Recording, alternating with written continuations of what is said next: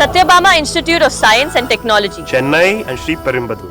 புதுச்சேரியில் தங்கியிருந்த அதிமுக எம்எல்ஏக்கள் வீடு திரும்ப கட்சி தலைமை உத்தரவிட்டிருக்கிறது. கூடுதல் விவரங்களை எமது செய்தியாளர் தாயுமானவன் வழங்கிட கேட்கலாம். தாயுமானவன், இந்த திடீர் உத்தரவுக்கான காரணம் என்ன? முழு விவரங்களை பதிவு பண்ணுங்க.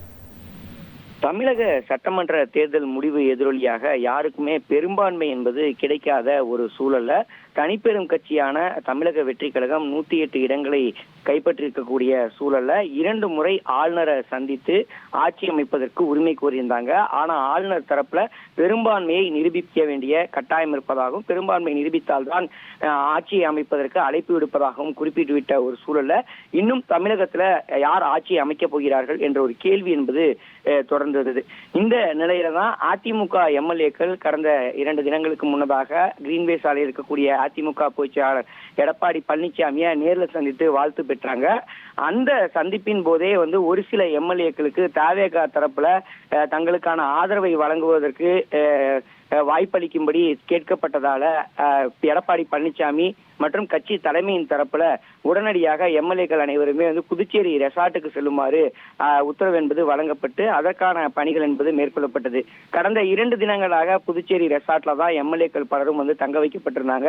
இப்படிப்பட்ட நிலையில தான் நேற்றைய தினம் அதிமுக பொதுச்செயலாளர் எடப்பாடி பழனிசாமி புதுச்சேரியில் இருக்கக்கூடிய அந்த தனியார் நட்சத்திர விடுதிக்கு, சொகுசு விடுதிக்கு வருகை தந்திருந்தார். வருகை தந்திருந்த அவர் எம்எல்ஏக்களோடு பல்வேறு ஆலோசனையில ஈடுபட்டிருந்தார். அந்த ஆலோசனையின் நிறைவாக பல்வேறு விஷயங்களையும் அவர் குறிப்பிட்டிருந்தார். குறிப்பா தமிழகத்தில் நிலவக்கூடிய அசாதாரண சூழல்ல கட்சி தலைமை எடுக்கக்கூடிய முடிவுக்கு எம்எல்ஏக்கள் கட்டுப்படுவதாகவும் ஒற்றுமையோடு பயணிக்கவும் தயாராக இருப்பதாக எம்எல்ஏக்கள் உறுதியளித்திருந்தாங்க.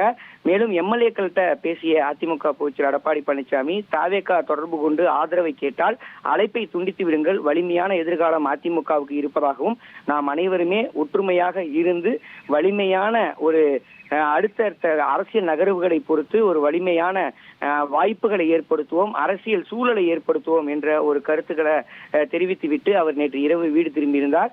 இந்த நிலையில தான் கட்சி தலைமையின் தரப்புல இங்கே சொகுசு விடுதியில தங்கியிருக்கக்கூடிய எம்எல்ஏக்கள் வீடு திரும்ப வலியுறுத்தி இருக்கிறாங்க. பலரும் நேற்று இரவு முதலே நட்சத்திர விடுதி தங்க வைக்கப்பட்டிருந்த பெரும்பாலானோர் வீடு திரும்பிட்டாங்க. சில எம்எல்ஏக்கள் மட்டும் நட்சத்திர விடுதியிலேயே தொடர்ந்து ஓய்வெடுக்க விரும்பி இருப்பதால நட்சத்திர விடுதியில் ஓய்வெடுப்பதையும் நம்மால் நேரடியாக பார்க்க முடிகிறது. விவரங்களுக்கு நன்றி தாயுமானவன். அதிமுக எம்எல்ஏக்கள் சென்னை திரும்ப அக்கட்சியின் தலைமை உத்தரவிட்டிருக்கிறது. முக்கிய செய்தியாக பார்த்தோம். Satyabama Institute of Science and Technology, Chennai and Sri Perumbudur.